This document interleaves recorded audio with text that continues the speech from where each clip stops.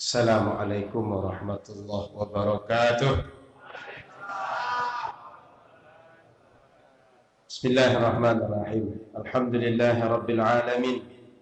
Allahumma salli wa sallim ala sayyidina Muhammadin sayyidil arabi wal ajamin. Arsalahu rahmatan lil alamin. Qala subhanaka la ilma lana illa ma 'allamtana innaka antal alimul hakim. Wa qala rabbi shrah li sadri ويسر لي أمري واحلل عقدة من لساني يفقهوا قولي اللهم سدد لساني واهدِ قلبي بحق سيدنا محمد صلى الله عليه وسلم. Alhamdulillah, malam ini kita berjumpa bersama di Masjid Al-Islah untuk melakukan perayaan Maulid Nabi Muhammad sallallahu alaihi wasallam 1442 Hijriah. Salawat teriring salam kepada Rasulullah sallallahu alaihi wasallam. Mudah-mudahan di akhirat kita berjumpa kembali, berkumpul bersama Nabi Muhammad, mendapat syafaat Nabi Muhammad sallallahu alaihi wasallam. Baik, di awal tadi ada yang bertanya, apa dai ambasador Cordova itu? Cuma nama Alno agak asyang seketek. Dai ambasador tambah asing pula. Jadi Cordova itu Korps Dai Dompet Duafa. Mungkin pernah kenal ada lembaga zakat Dompet Duafa. Dompet Duafa punya satu divisi di bidang dakwah. Namanya Korps Dai Dompet Duafa, disingkat Cordova. Dai ambasador artinya duta dakwah. Ambo 2006 balik diutus Dompet Duafa ke Jepang. Sebulan Ramadan di Jepang. 2007 balik sebulan Ramadan di Korea Selatan. 2008 balik di sebulan di Korea Selatan. 2009 balik 10 hari di Korea Selatan. 2020 pandemi. Harusnya ke Australia, nah, tapi pandemi tidak jadi berangkat. Sampai kini paspor ambo masih di Jakarta. Sebab mengurus visa harus dibawa paspor. Nah, karena ulun pai ke mahkamah, tinggal di situ dulu. Nanti kalau perlu baru diambil. Jadi sejak 2006 balik sampai 2009 balik bersama Dompet Duafa itu sampai tahun ke luar negeri. Maka disebut dai ambasador. Nah, aku ada bertanya, kau berjalan kan? Sudah itu nama kamu di orang awak tu nama kalau nak Islami mana, Barat mana? Aku Henry, Yanti, Linda, Alex. Ampun nama orang awak. Mungkin bagian dari politik supaya jangan ketahuan orang Minang kalau masuk PNS tidak susah. Kan orang Minang dulu peri-peri. Jadi dianggap bagian dari keturunan separatis negara. Nah, supaya tidak masuk itu nama dibuat nama agak asing sedikit. Jadi itu sedikit tentang dai ambasador.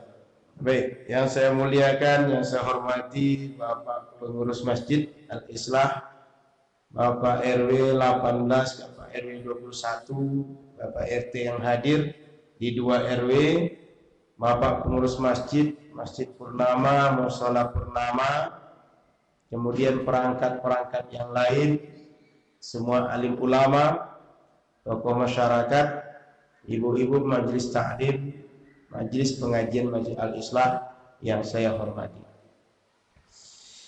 Malam gini kita Maulid Nabi.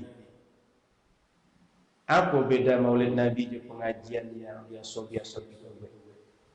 Di sini kau ada pengajian rutin, Pak? Mingguan misalnya, kali sebulan. Ada pandemi, tidak perlu kini ada lah. Kajian sekali sebulan atau sekali sepekan. Apa bedanya di Maulid Nabi ini? Apa bedanya? Yang paling menonjol satu, Kalau maulid Nabi sudah kau makan. Tadi mau nampak ibu-ibu di situ. Antayun tak makan, tak indah anjale nampak di situ tadi. Ada yang dibungkus, ada yang diatur. Kalau pengajian bulanan tak ada makan. Betul? Iya, Pak. Tak ada kan? Jadi pengajian bulanan dengan maulid Nabi bedanya makan. Yang kedua, pengajian maulid Nabi pakai spanduk. Kalau bulanan tak ada spanduk. Iya, Pak. Pengajian bulanan boleh diadakan atau tidak?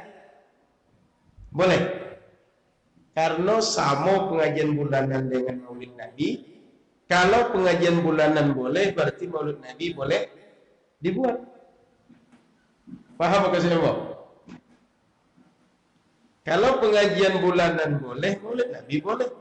Sebab beda maulid Nabi dengan pengajian bulanan, cuma di spanduk dan makan-makan. Yang lain ada beda. Betul. Kalau ada ustaz, pengajian bulanan ada ustaz. Maulid Nabi ada ustaz. Paling kalau maulid Nabi ada baca Quran. Pengajian bulanan tidak ada pembukaan baca Quran. Iya Bapak Ibu. Kalau pengajian bulanan mungkin antara maghrib dengan isya. Kalau maulid Nabi sudah isya. Iya. Secara umum banyak sama, bedanya tidak banyak. Maka selogika sederhana, kalau pengajian bulanan boleh, maulid Nabi juga boleh. Tidak salah. Paham maksudnya, Mbak? So, kan sebagian orang menganggap maulid Nabi itu tak boleh dibuat. Maulid Nabi itu bid'ah dibuat. Betul? Ada yang berpandangan begitu? Ada. Maka ayat di awal membuka dengan maulid Nabi dengan pengajian bulanan, bedanya tipis saja. Beti keterang kini. Beda-beda tipis. Tak banyak beda. Kalau misalnya ada pengajian sirah Nabi, kini dibaca tentang Nabi, sama saja. Itu juga yang dibahas. Maka kalau pengajian sirah Nabi boleh, maulid Nabi juga boleh. Nah, maka ambo bahas sedikit. Iyyakum wa muhdatsatil umur, kata Nabi. Fa inna kulla muhdatsatin bid'ah wa kullu bid'atin dhalalah.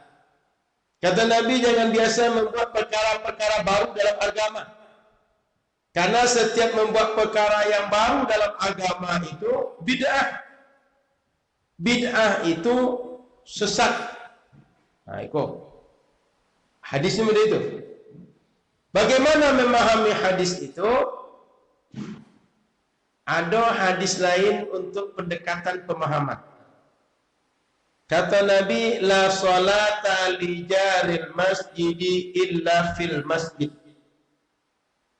Tidak sempurna solat orang yang rumahnya berdekatan dengan masjid kecuali di masjid. Paham?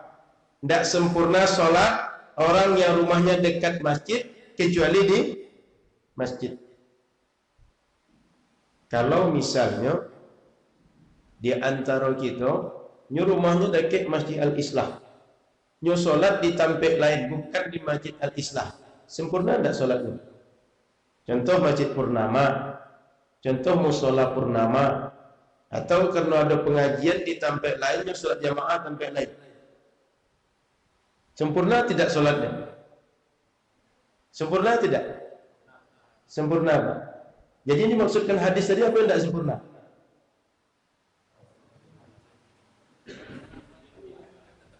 Orang yang rumahnya dekat masjid, nyu sembahyang di rumah.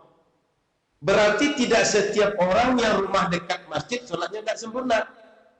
Orang yang rumahnya dekat masjid tapi solat di rumah tidak di masjid, itu yang tidak sempurna. Tapi orang yang rumahnya dekat masjid, solat di masjid, solatnya paham hadis tadi? Berarti hadis tadi lafaznya umum, maksudnya khusus. Paham pendekatan ini kan? Hamba balik ke hadis yang pertama membaca. Kata Nabi, jangan membuat perkara-perkara yang baru. Sebab setiap yang baru itu bid'ah. Yang bid'ah itu sesat. Apa dimaksudkan oleh Nabi? Kalau seandainya kita buat pengajian model yang kita sabut tadi, boleh atau tidak?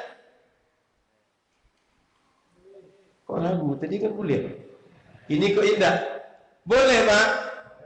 Boleh tidak? Boleh. Pengajian yang seperti tadi sekali sebulan pernah dibuat Nabi? Kok takut? Jangan-jangan di Masjid Al-Islah sudah pun ada pengajian. Amba ulang pertanyaan. Pengajian sekali sebulan tadi, boleh atau tidak? Pernah dibuat Nabi atau tidak? Tidak pernah. Betul. Sepakat kita nih?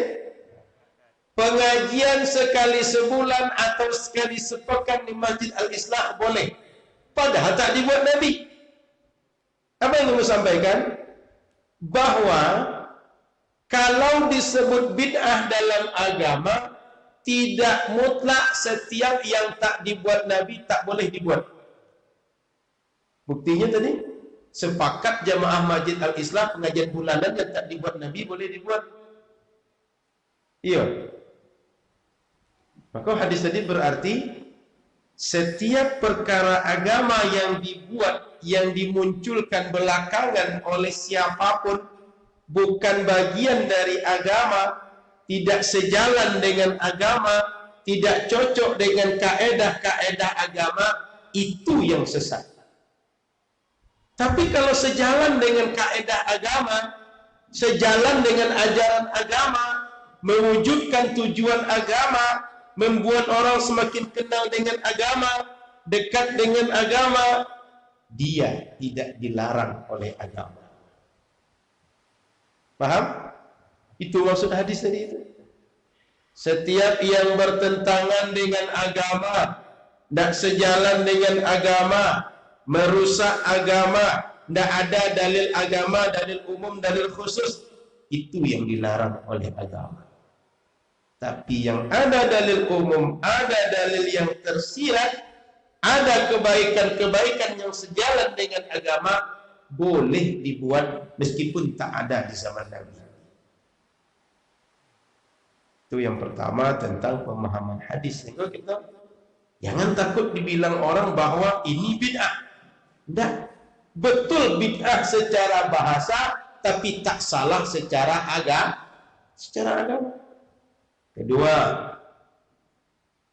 kalau merujuk kepada kitab sejarah, yang paling terkenal itu, yang paling besar, Al-Bidayah wan Nihayah, karangan Imam Ibnu Katsir.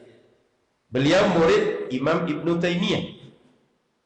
Dalam juz ke-13, beliau menyampaikan bahwa yang pertama membuat maulid Nabi adalah seorang raja syahman, aliman, syuja'an, akilan, walahu atharun hasanah.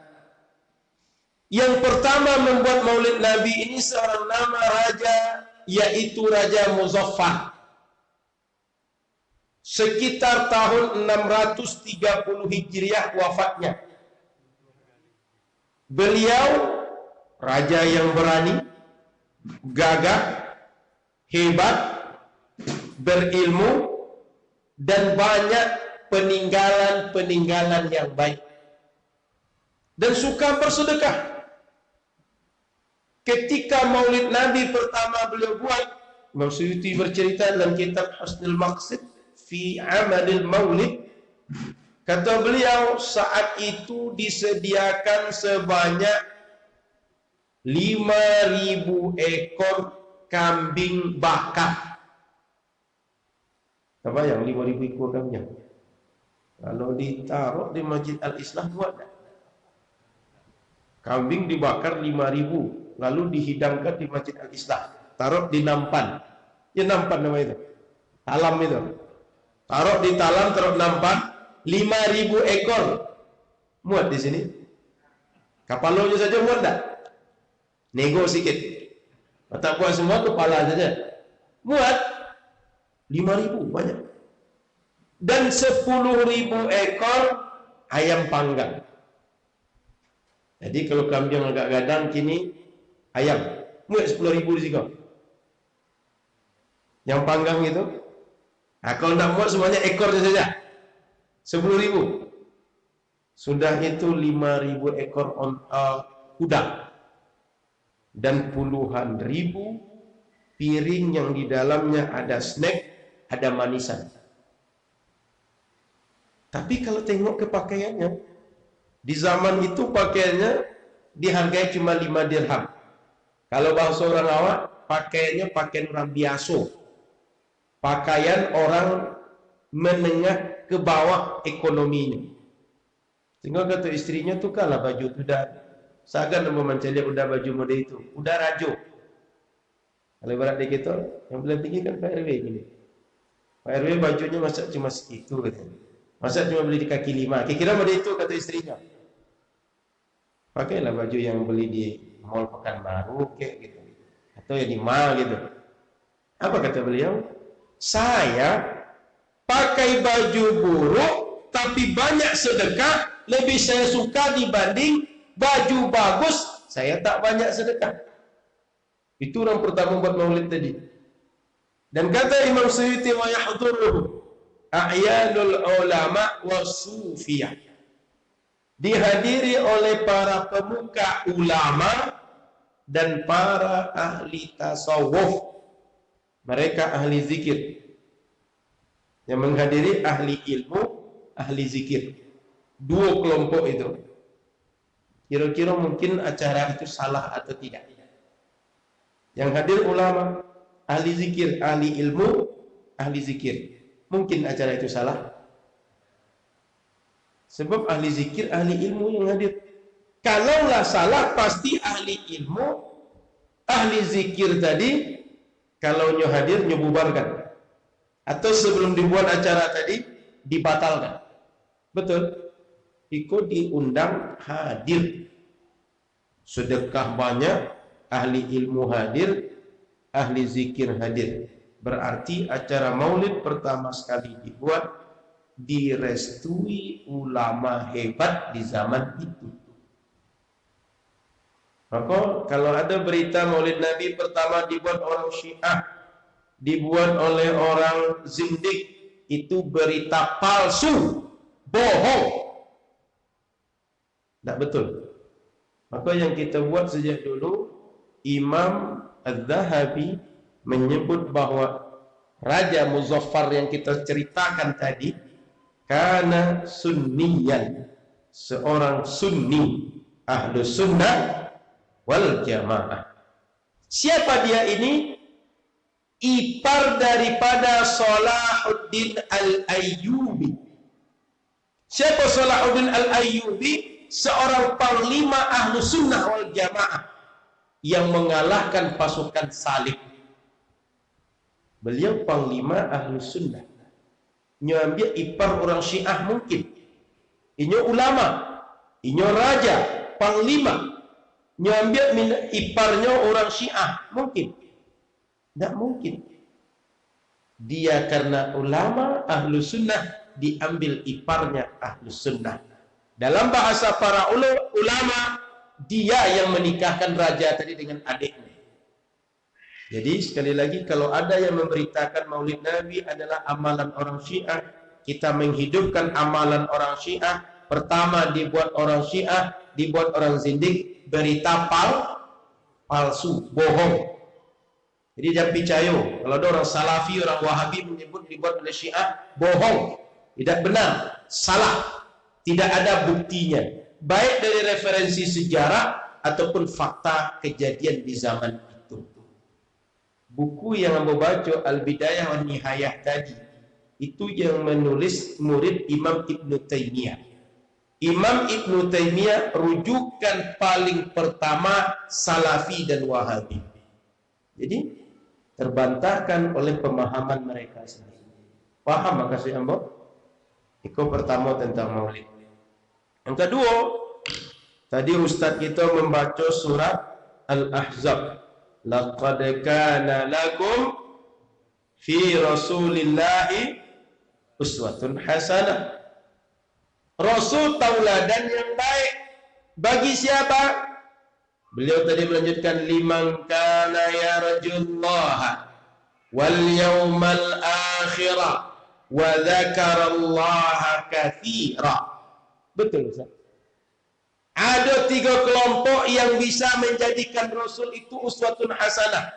1, orang yang berharap pertemuan dengan Allah dengan pertemuan yang diridai. 1. Yang kedua, orang yang ingin selamat di hari akhir nanti, ingin masuk surga. Yang ketiga, orang-orang yang banyak ingat kepada Allah Subhanahu wa ta'ala. Kalau selain yang 3 ini tidak akan mengambil Rasul sebagai tauladan. Lalu bagaimana caranya supaya kita bisa menjadikan Rasul menjadi tauladan? Menjadi 1 di antara 3. Supaya jadi 1 di antara 3, bagaimana caranya? Di antara cara bisa menjadi 1 di antara 3 tadi, hadiri maulid Nabi. Hadiri pengajian bulanan. Hadiri pengajian kalau ada pekanan, hadiri. Sebab tidak mungkin kenal Nabi, tidak mungkin kenal Allah, ingat Allah, berharap ridha Allah, selamat di akhirat, kalau tidak tahu apa yang diharapkan. Tidak tahu Allah, tidak tahu Nabi, bagaimana akan bisa mengikut Allah dan Nabi? Maulid Nabi, majlis mengingatkan kepada Allah, mengingatkan kepada Nabi. Maka itu sebabnya sejak dahulu ulama sengaja membuat majlis maulid. Apa sebab? Orang kalau tiap hari dikumpulkan, tidak mau dikumpulkan tiap hari. Pak RW, kalau diundang masyarakat tiap hari berkumpul, datang nggak? Jangan kan tiap hari. Sekali setahun maulid Nabi diundang, tak banyak yang datang. Berapa kakak kita di sini kalau dikumpul sudah lupa? RW 18 dan 21. Sampai 1000 kakak. Lebih, itu yang datang tidak mungkin 100 kakak. Atau lebih kurang lah 100 kakak. Anggota kita 1000. Kalau diundang tiap hari, tidak mungkin datang semuanya. Sekali setahun cuma segini datang. Maka para ulama kita dahulu ingin mengajak orang berkumpul, lalu ketika berkumpul dinasihati, diingatkan dengan agama, dicari momentum. Orang akan bertanya, kenapa kita kumpul? Hari apa ini? Kan itu yang tanyakan orang. Maka dibuatlah, kalau Nabi lahir, kita ambil hari kelahiran Nabi tadi untuk mengumpulkan orang. Di situ baru dibasuh orang tadi. Baru disampaikan agama, baru diingatkan dengan agama. Jadi tujuan ulama sejak dahulu, majlis maulid mengingatkan orang dengan agama. Supaya tujuan wa ma khalaqatul jinna wal insa illa liya'budun. Tujuan ini tercapai. Orang paham dia untuk apa ke dunia ini. Dia bukan sekedar makan, sekedar berpakaian, sekedar bertempat tinggal, sekedar huru hara siang, pagi dan petang. Bukan. Tapi ada tujuan utama. Ibadah. Dari situ tahunya ibadah itu. Maka Bapak Ibu, sejak dahulu tujuan maulid Nabi itu adalah fadzakir fa inna dzikra tanfa'ul mu'min. Mengingatkan orang-orang beriman. Karena peringatan-peringatan itu bermanfaat bagi orang beriman. Alah, paham kenapa maulid Nabi? Jadi tentang dari ambasador selesai cek. Yang kedua tentang kenapa maulid Nabi adalah selesai. Yang ketiga tentang Nabi. Membuka kitab supaya jangan kata orang kaleng-kaleng, supaya jaleh. Yang kita baca itu adalah tentang Nabi. Ambo ingin membaca sedikit tentang bagaimana akhlak Nabi agar nanti jadi akhlak kita. Dan tujuan kita laqad kana lakum fi Rasulillahi, apa yang kita tiru kalau tidak tahu akhlak Nabi? Tahu akhlak Nabi itulah yang kita tiru. Tahu akhlak Nabi itu yang kita pakai dalam hidup. Yang tidak tahu apa kita tiru. Iko ada ayat ini atau tidak? Ada. Nampak ayat? Ambo kalau dia minum bisa sebab ada ayat. Tidak ada ayat, ambo dia minum bisa minum. Maka kalau kita ingin meniru mesti tahu yang ditiru. Ingin menjadikan Nabi tauladan mesti tahu apa yang ditauladankan dari Nabi. Hamba baca seketik saja. Tak mungkin hamba tamatkan kitab. Dia pun tak jadi orang ikut maulid Nabi. Ansur seorang pulang. Makanan tak jadi dimakan. Kita baca seketik saja. Di antara akhlak Nabi, Imam Al-Jazari mengatakan bahwa su'ilatu sayyidatu Aisyah radhiyallahu ta'ala anha wa an abiha kaifa kana khuluqu Rasulillah sallallahu alaihi wasallam faqalat kana khuluquhul Qur'an yarda lima yarda wa yaghdabu lima yaghdabuhu. Sayyidah Aisyah istri Rasul ditanya, Aisyah, bagaimana akhlak Rasul itu? Seperti apa akhlak Rasul? Kata Sayyidah Aisyah, akhlak Rasul itu adalah khuluquhul Quran. Al-Quran, kalau diterjemahkan, kalau diwujudkan, dinampakkan isi Al-Quran ini dalam perbuatan, itulah yang ada pada diri Nabi tadi. Maknanya, terjemahan Al-Quran secara nyata, wujud perbuatan akhlak dalam Al-Quran ada dalam diri Nabi. Itulah akhlak Nabi.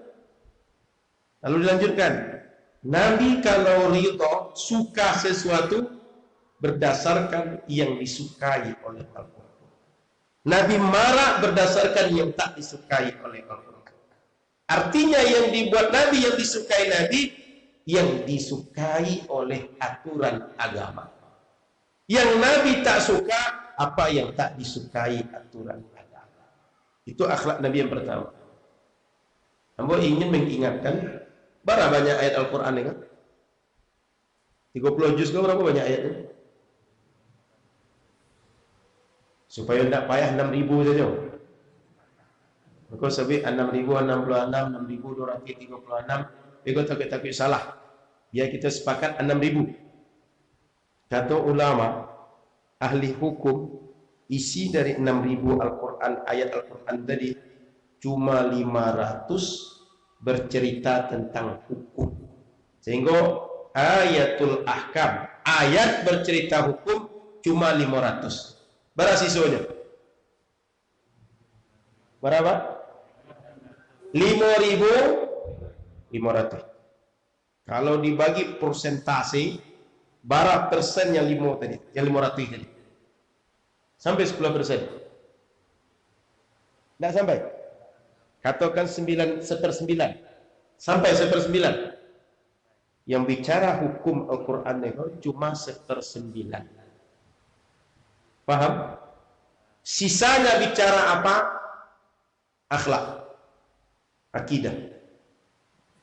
Maka kalau orang tiap sabantah menyebut haram, halal, boleh, tidak boleh, itu saja kerajaannya.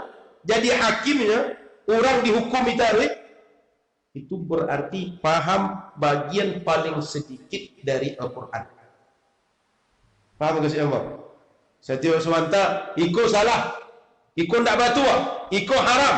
Kalau ada orang muda itu, paham Al-Quran bagian yang sedikit. Dan banyak yang tidak paham. Maka kebanyakan orang itu kurang akhlak. Maka kadang-kadang orang tua, orang berilmu, atau tokoh masyarakat, baran orang, kalau orang kami nyebut sama je pun matang di sawah. Itu acok benda itu. Gaya minta ampun, ikut sunnah, ahlu sunnah, tapi mengecek, tajam, kasar, tak menimbang perasaan orang.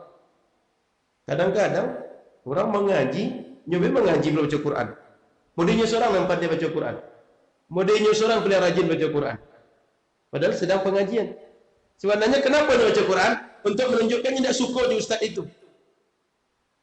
Padahal kalau ingin baca Quran, tidak usah di situ. Pergi saja keluar, pergi ke rumah, baca Quran di rumah. Tapi sengaja dia buka Quran untuk apa? Menunjukkan itu bukan ustaz saya. Untuknya mengatakan apa? Ambo yang ustaz, ambo yang santiang. Sama juga kawan yang seorang lain, yang biasanya saya paling baik, saya paling benar itu siapa? Tahu dalam Al-Quran? Nama Quran itu biasanya yang paling ambo paling santi, yang ambo paling hebat itu Iblis satu, Fir'aun satu, Karun satu. Yang kampek orang tadi. Aku ado awak berarti awak kelima. Aku ado itu. Yang kadang-kadang di hidup masyarakat tu setiap awak masuk santiang saja. Aku Pak RW kalau anggota mudah nyebut ambo dan santiang. Nah, itu berarti yang kelima di dalam pek tadi. Satu Fir'aun, yang kedua Karun, yang ketiga Iblis, yang keempat orang sok santiang tadi, yang kelima anggota Pak RW. Kalau ada, kalau tidak berarti tidak. Berarti orang lain.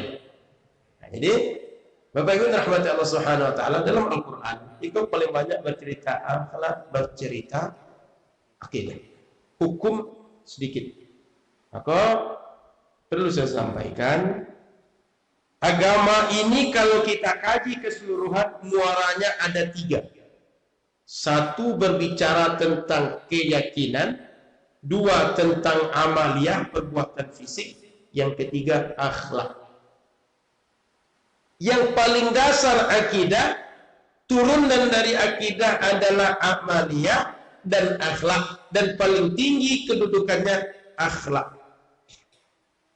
Maka para ulama kita dulu, walaupun berbeda pendapat, bagaimanapun ketidakseragaman pendapat, kalau bahasa kami nyebut saburuk-buruk di dalam, itu nan keluar, tidak saburuk dan di dalam.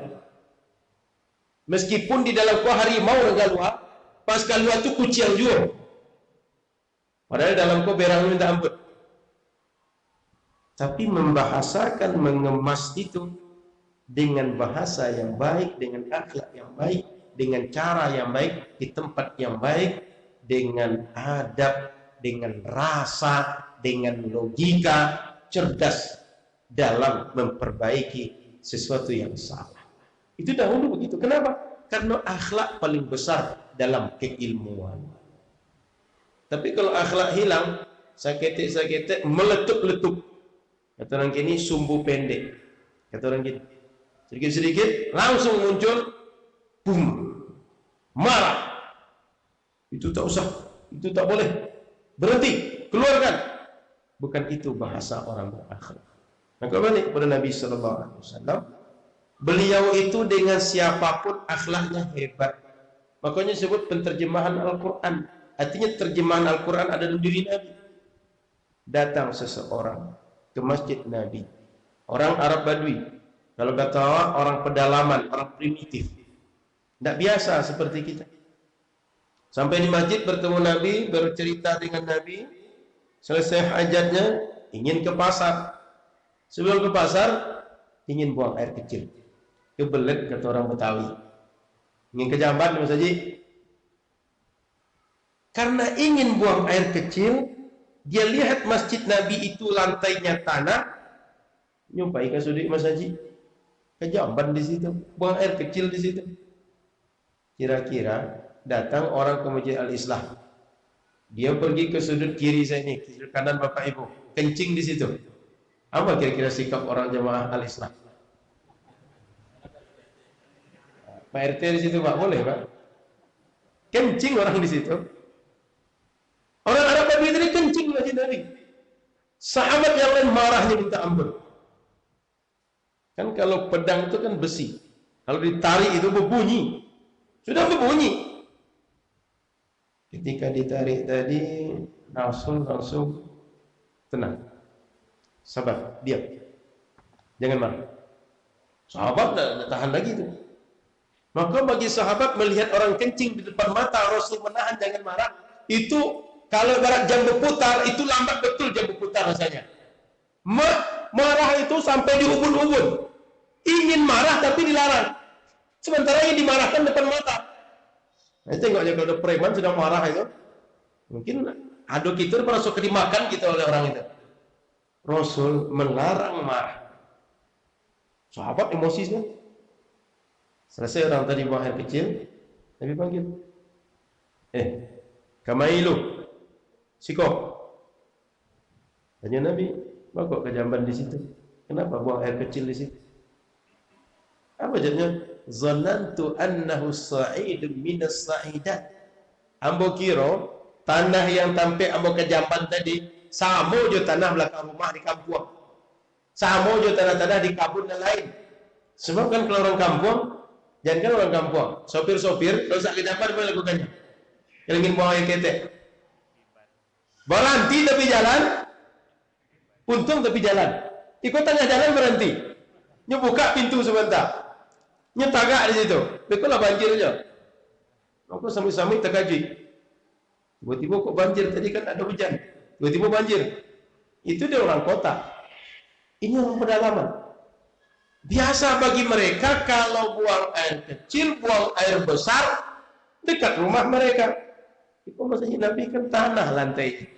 Sehingga dikira mereka tempat ini boleh buang air kecil. Lalu berkata Nabi, ini masjid, tempat orang berzikir kepada Allah, tempat orang baca Quran, tempat orang sholat. Tidak boleh ada kotoran di sini, tidak boleh kencing di sini.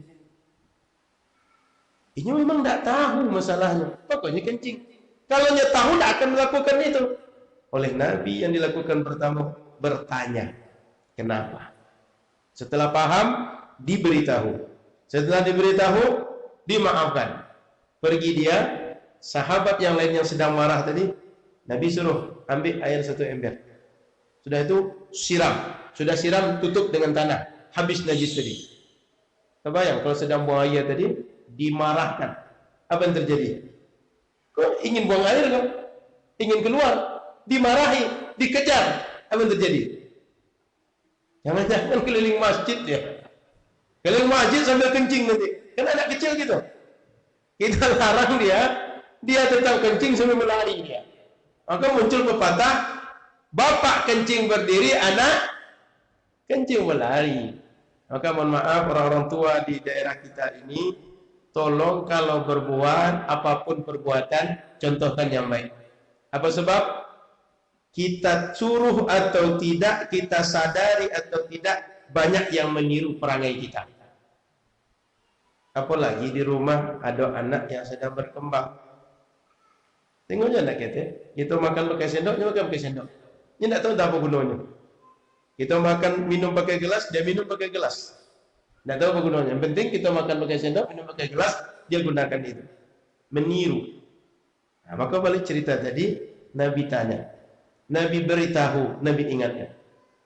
Keluar dari masjid, apa katanya? Di antara orang yang banyak tadi, Muhammad saja yang paling elok. Yang lain tidak elok.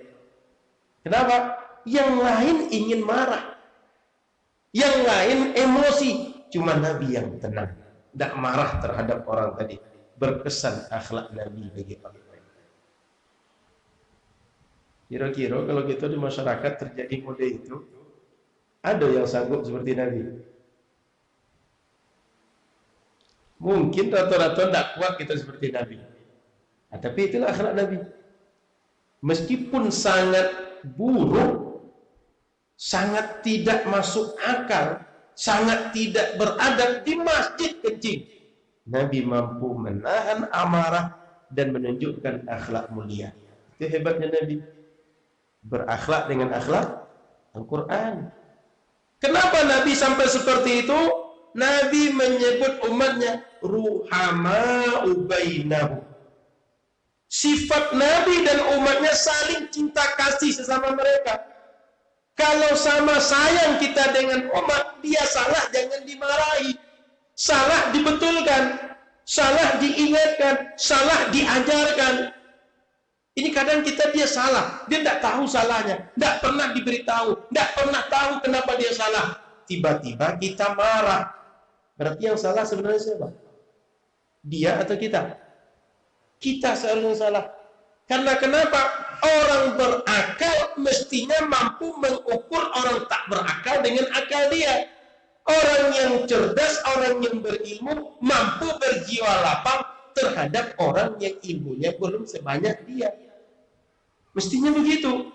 Makanya kalau di kelas, kalau di kampus, guru, dosen lebih bersikap dewasa dibanding murid. Kenapa? Ilmunya lebih banyak dibanding murid dan mahasiswa. Di rumah orang tua lebih lapang dibanding anak. Kenapa? Ilmu orang tua lebih luas dibanding anak. Anak itu kan kadang melakukan kesalahan karena akalnya belum sampai. Belum bisa berpikir seperti kita. Maka Rasul ketika ada orang salah, dia tidak melakukan tindakan anarkis, tidak marah, tidak dendam, tapi diberikan dengan cara yang baik, diajarkan dengan cara yang baik. Ruhama'u bainahum, sayang sesama muslim. Karena innamal mu'minuna, orang beriman itu bersaudara, ikhwatun. Mau orang kelurahan kita, dusun kita, atau bukan, selama dia muslim, saudara kita. Sholat di masjid menghadap ke kiblat yang sama, bertuhan yang sama, ber-Al-Quran yang sama, Nabi sama, saudara kita. Salah dia, beritahu. Salah dia, ingatkan. Salah dia, ajarkan. Jangan dia salah, kita perolok-olok. Jangan dia salah, langsung kita hukum dengan berbagai hukum. Kita yang zalim. Berarti tugas watawasau bil haq tidak terwujud. Saling menasihati dengan yang benar tidak terwujud oleh kita. Kita tak mengamalkan Al-Quran. Lalu lanjutan bagaimana Nabi dengan orang yang bukan muslim? Asyidda'u 'alal kuffar. Keras, tegas dengan orang kafir. Terkait apa? Akidah. Bukan masalah muamalah. Artinya kalau jual beli, kalau bertetangga, hidup sosial, itu berakhlak seperti kepada muslim. Tapi soal akidah tidak ada toleransi. Kalau hari raya masing-masing. Kalau sholat, sholat masing-masing. Sholat kita di masjid kita, dia ibadah di tempat dia. Tidak ada kongsi. Jangan begitu sampai ganti-gantian pulang. Minggu gini di masjid Islam, minggu besok di katedral. Jangan. Minggu cik lain di sinagog. Jangan. Yang cik lain di kelenteng. Tidak. Kalau sesama muslim, ruhamah. Dengan non-muslim, asyiddah, tegas, keras, dan dia tidak punya nego. Kalau akidah, tapi dengan akhlak sosial, memperlakukan mereka sama dengan muslim. Maka jual beli dengan sesama muslim, dengan non-muslim boleh. Berinteraksi, bertetangga dengan mereka boleh. Tapi urusan ibadah baru tidak boleh. Urusan akidah baru tidak boleh. Paham? Itu ajaran Nabi begitu. Maka Nabi di Madinah dengan siapapun bertetangga baik. Mau muslim atau tidak bertetangga baik. Kenapa? Setiap orang selama tak memusuhi, tak memerangi kita, berhak diperlakukan dengan akhlak yang baik. Bahkan Al-Quran menyebut, seandainya orang tua kita kafir keduanya, selama dia tak memaksa kita pindah agama, mengajarkan agama dia, wasahibhuma, pergauli mereka bil ma'ruf, dengan akhlak yang baik. Itu ajaran Al-Quran, ajaran Nabi. Lah, pertama, akhlak Nabi terjemahan Al-Quran. Membaca hadis yang kedua. Wa kana sallallahu alaihi wasallam asja'an nas. Nabi itu orang paling pemberani. Sehingga kalau perang itu Nabi paling dipukul, panglima. Bukan seperti orang kita. Gayanya Allahu Akbar. Kita tegakkan syariat. Kita jihad katanya. Pas ditanya, siapa yang bisa ikut berangkat perang? Seorang pun tak bangkit tangan. Allahu Akbarnya keras. Sudah itu kalau sudah berangkat, orang di depan, ini masih di rumah. Maka tidak baik, dicatat beko jadi apa namanya, orang daftar target apa? ODP. Jadi ODP beko takut minta ampun. Nabi tidak begitu. Kalau sudah jihad, kalau sudah menegakkan amar ma'ruf nahi munkar, Nabi di depan. Asja'an nas, orang paling berani. Maka sahabat bercerita, kata Sayyidina Ali radhiyallahu taala anhu, kunna idza hamiyal ba's walakiya al-qaum ittaqaina bi Rasulillah sallallahu alaihi wasallam. Maksudnya perang itu berkecamuk, nampak kita dalam posisi terjepit, kita mungkin dalam posisi lemah, kami semuanya berlindung kepada Rasulullah. Maknanya apa? Rasulullah ini paling kuat secara fisik, paling kuat secara rohani, paling kuat secara iman, lahir dan batin beliau di depan. Nah, tapi kalau preman-preman kita, Ini kalau bahasa mau aja bagak-bagak. Bisiko tulis tato. Pakai kalung, pakai anting. Pas disuntik, menangis-nangis. Ada apa nampak video itu disuntik, bukan swab, disuntik mungkin vaksin atau apa gitu kan. Pas suntik, jangankan disuntik dipegang baru oleh bidan, apa itu gitu. Belum suntik lagi, takutnya minta ampun. Di swab baru dimasukkan sedikit sudah takut. Tapi gayanya paling bagak, lengan dibuka-buka. Padahal lengan tak besar pula. Gayanya jadi besar. Mulutnya besar. Di kita kadang begitu. Nabi tidak begitu. Secara fisik Nabi itu fisiknya tidak ada yang lebih bagus dibanding Nabi. Secara keberanian Nabi paling berani. Sehingga apapun kalau harus dihadapi, harus kita face to face, harus berjuang, Nabi di depan. Berani. Sehingga Nabi itu tidak ada ceritanya lari tunggang langgang, ketakutan dengan musuh. Tidak ada, kecuali strategi, kecuali berlindung, mencari tempat yang aman sebagai strategi dalam perang. Nabi tidak pengecut. Bahkan Nabi mengajarkan doa, Allahumma inni a'udzubika minal hammi wal hazan, wa a'udzubika minal ajzi wal kasal, wa a'udzubika minal jubni wal bukhul. Jubni itu pengecut. Nabi suruh kita berlindung, jangan orang beriman ini pengecut. Begitu kini sudah banyak yang pengecut. Termasuk pengecut menghadapi diri sendiri. Maka mohon maaf, kadang-kadang kelemahan kita, asal nampak duit, itu mudah untuk mewujudkan pesanan orang. Kadang-kadang biarlah tanah dijual, kita tak berpikir tanah dijual yang beli siapa. Kalau seandainya satu persatu tanah muslim dijual kepada non muslim, terbayang kalau satu komplek itu dibeli oleh non muslim, dibuat perumahan nanti, terbayang oleh kita jual tanahnya. Satu contoh. Yang kedua, rumah. Kadang-kadang di kita ini, biarlah yang tak seagama dengan kita membeli, biarlah orang tak jelas dari mana dia membeli, daripada dijual kepada sama kita. Kadang kita begitu pula. Beli rumah satu, beli rumah dua. Orangnya tak dari mana, agamanya tak apa. Sempat satu komplek mereka semua. Terbayang apa yang terjadi setelah itu? Di Palas, bulan Juli lalu kami berbagi sembako. Ada dua RT, bukan dua RW, Pak. 2 RT, rumah ibadah bukan rumah ibadah yang seperti ini, 13 banyaknya. Terbayang? 2 RT cuma, tapi rumah ibadah bukan rumah ibadah seperti ini, 13 banyaknya. Maka mohon maaf Pak RW, Iko, yang ketik-ketik mendiko perlu diperhatikan. Kalau ada yang jual tanah, butuh surat persetujuan, pastikan dia jual ke siapa. Jangan sampai nanti Pandau ini, Pasir Putih ini, atau kecamatan kita ini, sikit-sikit ibarat makan bubur panas, ambil pinggir, ujung-ujungnya sepiring itu habis oleh dia. Paham maksud saya ini? Saya tak usah terang-terang betul. Sebab kata orang awak, alun tak kilek, ala tak kalam. Mereka mau terang mana kok lain kejadiannya. Nah, cukup itu saja. Jadi Nabi berani. Mana takut Nabi? Selanjutnya, kata Sayyiduna Jabir bin Abdullah, kana Rasulullah sallallahu alaihi wasallam akraman nas. Ma su'ila qattu syai'an faqala la. Nabi itu orangnya sangat dermawan. Memberi itu mudah.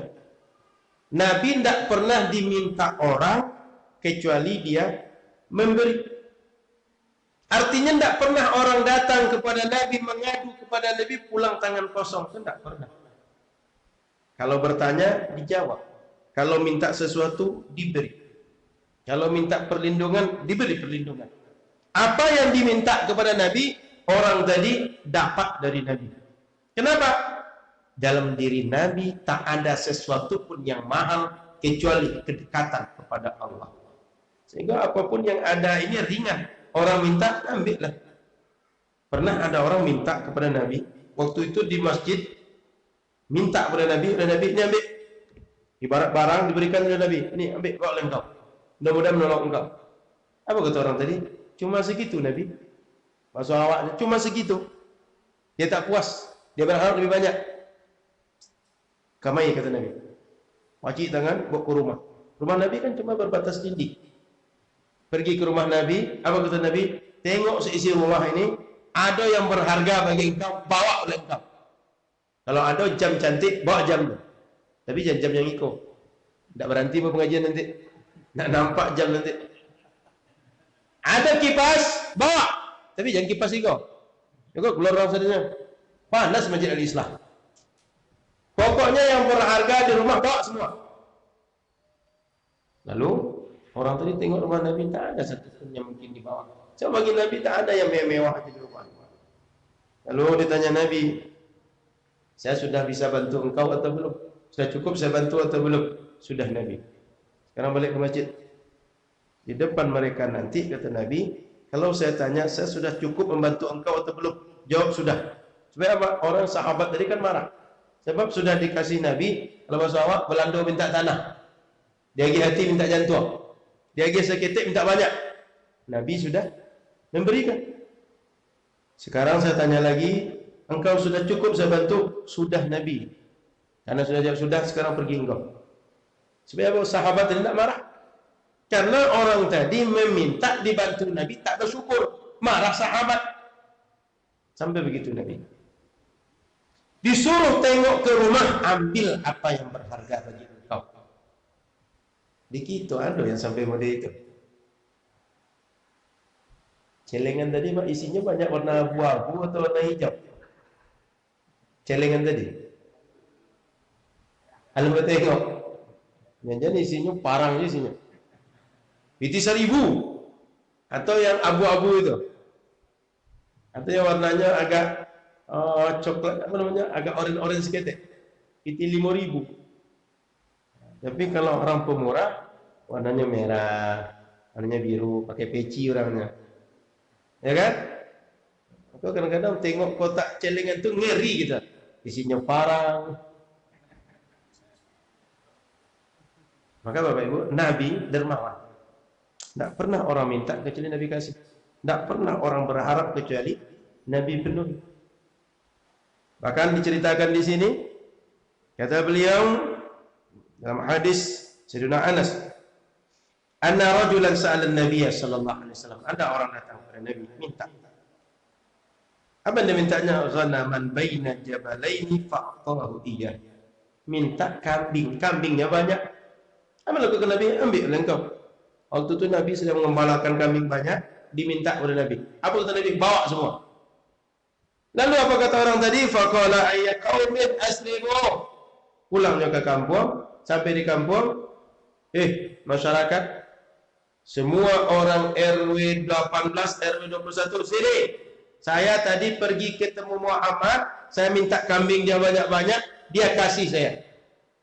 Berarti Muhammad ini akhlaknya hebat. Dia dermawan, tak pelik. Semua yang dia diminta kepada dia, dia berikan. Islamlah kalian semua. Kenapa? Akhlak sepertinya hanya Nabi yang bisa. Orang yang memberi tak takut miskin setelah memberi hanya Nabi. Selain itu, rata-rata takut kalau memberi. Maka Islamlah kalian kepada dia. Dia betul Nabi. Apa yang terjadi? Wallahi inna Muhammadan la yu'tiya ata'an man la yakhaful faqra. Dia sebut kepada masyarakatnya, Muhammad memberi banyak sekali, dia tak takut miskin, tak takut susah setelah dia memberi tadi. Itu akhlak Nabi. Maka Nabi itu dalam berbagai kejadian memberi orang itu banyak-banyak. 100 ekor onta. Tahu satu ekor onta itu harganya? Siko 1 ekor kuda berapa harga? Atau kerbau lah yang kita akrab. Berapa Pak 1 ekor kerbau? 5 balai? 2 balai? 20? Untung itu lebih besar daripada kerbau, lebih mahal. Katakan sama-sama lah 20 kali 100, berapa bitinya itu? 20 juta kali 100. Berapa bitinya? 2M, Pak. Cukup 2M saja. Nabi pernah bagi orang 100 unta satu orang. 2M tadi satu orang. Kebayang Nabi memberi. Jadi kalau kata ketua masjid, pembangunan masjid kita dah lama berhenti. Berarti orang RW 18, 21. Saya tak salah lanjutkan. Lama berhentinya tadi. Kalau seperti Nabi tak akan berhenti dia. Berlanjut terus. Maka kita sekarang mencoba melihat akhlak Nabi. Nabi tak pernah tahu. Perlu kita tahu, harta itu semakin kita beri, semakin banyak gantinya. Semakin kita tahan, semakin cepat habis, semakin hilang berkah, semakin dia menyusahkan kita. Itu harta tabiatnya pada itu. Tapi semakin kita beri, dia semakin menjaga harta, menjaga badan, menjaga iman, menjaga keluarga, banyak yang dijaganya. Tapi semakin kita tahan, kita semakin susah dibuatnya. Terbayang kalau orang tiap hari makan, tidak pernah buang air besar, tidak pernah buang air kecil. Terbayang tiap hari makan, selama sebulan makan terus, minum, makan banyak puluh, tapi tidak pernah buang air besar, tidak pernah buang air kecil. Apa yang terjadi? Nanti perut itu mencari tempat keluar sendiri. Betul? Mode itulah kira-kira. Kalau ada orang RW 18, RW 21, jarang-jarang mengeluarkan uang untuk bangun masjid, bersedekah, berinfak, berzakat, itulah yang terjadi. Maka jangan heran, tiba-tiba stroke, tiba-tiba kolesterol, tiba-tiba asam lambung, tiba-tiba asam urat. Apa sebab? Itu tadi. Tiap hari makan tak pernah keluar. Tiap hari dapat rezeki, tiap hari dapat uang, tiap hari dapat nikmat, tidak pernah berbagi. Maka Allah cari caranya harus keluar. Apa caranya? Datang pencuri ke rumah. Pergi ke masjid pakai motor, datang pencuri dibawanya motor kita. Kan kadang-kadang kejadian. Iya. Datang ke rumah kita. Ada yang sedih sedang menyuapkan anak, ibu-ibu pakai kalung, ditarik kalungnya sedang menyuapkan anak di depan rumah dia. Itu pernah kejadian di sekitar Panam. Ya kita, mohon maaf, seperti bapak tu duduk di depan pintu, suapkan anak makan. Kan biasalah kadang-kadang suka sambil tengok yang di luar, suapkan anak makan. Nampak di leher ada kalung. Datang orang pencuri. Dia dengan motor luar dengan kawannya. Turun satu orang langsung ditariknya. Dia naik motor lari. Bukan stroke, apa namanya? Stres. Stresnya pertama, di rumah kita dicuri orang. Datang orang ke rumah kita, dan tiba-tiba ditarik leher. Kan tak mungkin sekedar ditariknya, pasti sakit. Sakit satu, trauma satu.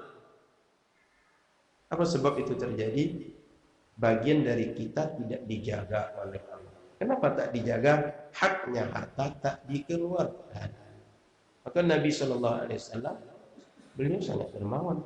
Maka kalau masjid kita ingin cepat selesai, masyarakat kita ingin lakukan Nabi sebagai uswatun hasanah, mesti mudah memberi.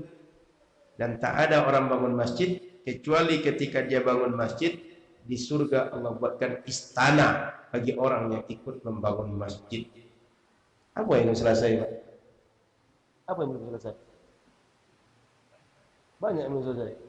Lantai 2. Pokoknya belum selesai, ini kita selesaikan sama-sama. Tapi bapak ibu-ibu ikut. Semuanya ikut. Kalau tak akan selesai. Betul, Pak? Nah, jadi ke depan masjid kita selesaikan. Tidak mungkin kita minta orang Aceh ke sini. Dia tak tahu Masjid Al-Islam. Kita minta pula bantuan dia. Dia tak tahu. Kita yang membantu. Kita yang sholat di sini. Ini tempat ibadah kita semua. Ini tempat anak-anak kita belajar. Anak-anak kita mengaji. Hidup mengaji setiap maghrib di sini. Tidak hidup. Ini khawatir kita nih, Pak. Jangan-jangan kita yang dijual orang setelah ini. Semua agama tak ada dalam diri kita. Anak-anak kita tak ada agama. Maka kalau bisa setelah ini mengaji maghrib hidupkan. pengajian hidupkan. Jangan takut, Ustaz, kalau banyak pengajian itu banyak personalnya, banyak fikih habis. Jangan takut. Tidak selamanya pengajian itu banyak menghabiskan uang. Jangan-jangan pengajian itu justru mendatangkan banyak uang. Tidak sedikit masjid karena programnya bagus, disupport oleh para donatur, banyak yang ingin menyumbang ke masjid. Perlu kita ingat, ilmu itu semakin lama kita belajar, semakin mudah lupa. Jangankan yang kepatang-kepatang, yang mau sampaikan di awal tadi mungkin banyak katakan. Iya, kamu tanya balik tadi yang mau sampaikan sejak jam 8:30 tadi, apa yang mau sampaikan gitu? Antah Ustaz, pokoknya ada 3 poin kata Ustaz tadi. Antah Ustaz, pokoknya tanah jangan dijual. Sampai di rumah orang bingung. Maka tidak boleh perlu jual tanah, kan tanah kita. Sasek paham, apa sebab? Lupa. Maka kalau bisa, ilmu ini sering diulang. Sering diulang aja banyak lupa. Sering diulang aja banyak tak kita amalkan, apalagi jarang diulang. Maka kalau bisa di masjid kita, hidupkanlah kajian. Sekali sepekan. Kalau bisa setiap hari ada kajian di sini. Jangan sampai sekali sebulan ada pengajian. Tapi kalau bisa setiap hari minimal sekali sepekan. Karena badan kita, jiwa kita, sama aja kayu hijau itu. Disiram, subur. Dipupuk, subur.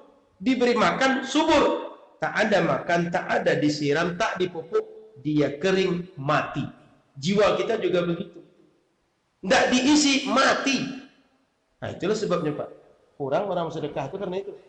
Tak tahu dia sedekah. Tak paham dia sedekah. Tak ada keinginan bersedekah. Apa sebab? Kurang ilmu tentang sedekah. Maka perlu dihidupkan pengajian kita. Majelis ilmu. Kita sesuaikan dengan masyarakat. Ada mungkin cocoknya subuh, ada mungkin cocoknya malam, ada cocoknya setelah isya, ada cocoknya sore, ada cocoknya siang. Sesuaikan. Tapi mesti dibuat. Agar masyarakat kita ada yang mengingatkan kembali kepada agama, dan itulah hidup yang akan kita pakai. Itu yang kita mau bertemu dengan Allah. Semua yang kita punya ini kita tinggal. Tapi amal saleh, ketaatan, bekal bertemu Allah, itulah. Sudah jam 10 kurang sedikit.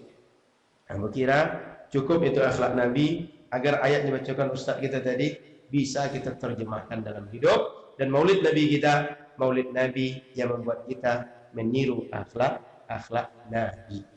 Satu, akhlak Nabi terjemahan Al-Quran. Maknanya tidak ada akhlak lebih baik dibanding akhlak Nabi. Yang kedua, akhlak Nabi orang yang sangat pemberani. Yang ketiga, Nabi ini orangnya sangat dermawan. Cukuplah 3 itu. Kok kalau hampir semakin nangis kok. Cukup 3 saja. Mudah-mudahan di waktu yang lain kita sambung. Insya Allah usia panjang kita bertemu lagi. Kita lanjut pengajian-pengajian yang lain. Mudah-mudahan maulid Nabi ini membuat kita semakin sadar, semakin paham kekurangan kita, dan ingin menambah ilmu, menambah kedekatan dengan Nabi, kedekatan dengan agama. Semua kita istiqamah, dan kalau wafat semuanya husnul khatimah. Amin ya rabbal alamin.